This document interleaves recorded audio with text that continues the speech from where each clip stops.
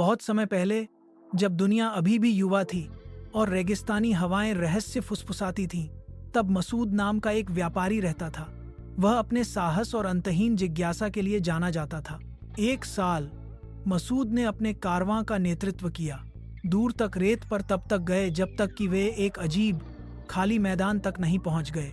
वहां रेत में आधा दबा हुआ एक शांत शहर लपटायत की दीवारें खड़ी थीं। इस जगह को देखो, कहीं नहीं के बीच एक शहर त्यागा हुआ, फिर भी इसके बुर्ज अभी भी गर्व से खड़े हैं। उसके आदमी डर गए। मास्टर, हमें प्रवेश न करने दें। यह जगह शापित लगती है। बिना किसी कारण के कोई शहर खाली नहीं रहता। लेकिन मसूद की जिज्ञासा उसके डर से अधिक जलती थी। यहाँ इंतजार करें, मुझे देखना होगा कि अंदर क्या रहस्य है। वह खंडहर हो चुके दरवाजों से गुजरा। अंदर टूटे हुए घर खाली सड़कों पर कतार में थे। मूर्तियां चुपचाप देख रही थीं। हवा फुसफुसाहटें ले जा रही थी। या शायद यह केवल मसूद के मन में था। लबतायत के केंद्र में सफेद पत्थर का एक महल खड़ा था।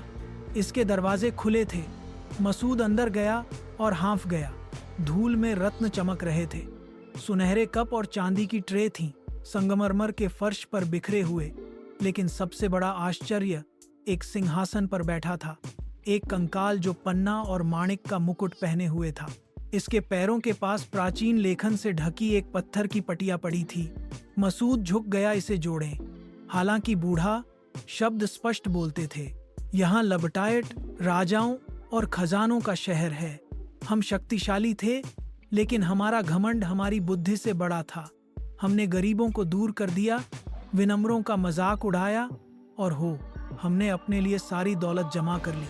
इसलिए एक शक्तिशाली हवा उठी और हमारी शान को रेत और सन्नाटे में निगल गई। मसूद कांप उठा।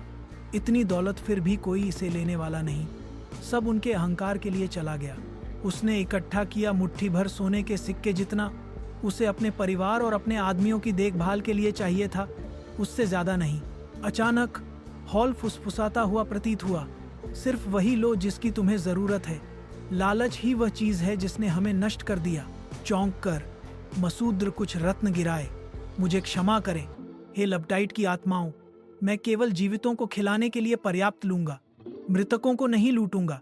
वह जल्दी से बाहर निकला और पाया कि उसके आदमी द्वार के पास चिंतित होकर इंतजार कर रहे थे। क्या तुम्हें मिला धन, गुरु? मसूद ने सिर हिलाया। धन? हाँ, लेकिन इससे भी महत्वपूर्ण एक सबक। जब दिल बहुत घमंडी हो जाता है तो सोने का शहर भी धूल में बदल जाता है। उन्होंने लबतायत की ओर पीठ कर ली और कभी वापस नहीं आए। मसूद ने जो थोड़ा सा सोना वापस लाया था उसे बेच दिया, अपने परिवार को खिलाया, गरीबों की मदद की और उसके बाद विनम्रता से जीवन बिताया।